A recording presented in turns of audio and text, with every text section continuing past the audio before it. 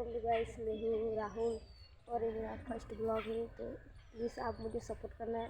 और ये मेरे पहले ब्लॉग में आपको बताता हूँ कि मेरी पुरानी साइकिल अभी कैसी हो गई है, वो आप देख सकते हो कैसी हो सकती है। इसके टायर भी लूज हो गए हैं बस। तो अभी मैंने अपनी नई साइकिल ले ली है, तो अभी आपको अपनी नई साइकिल बताता हूँ।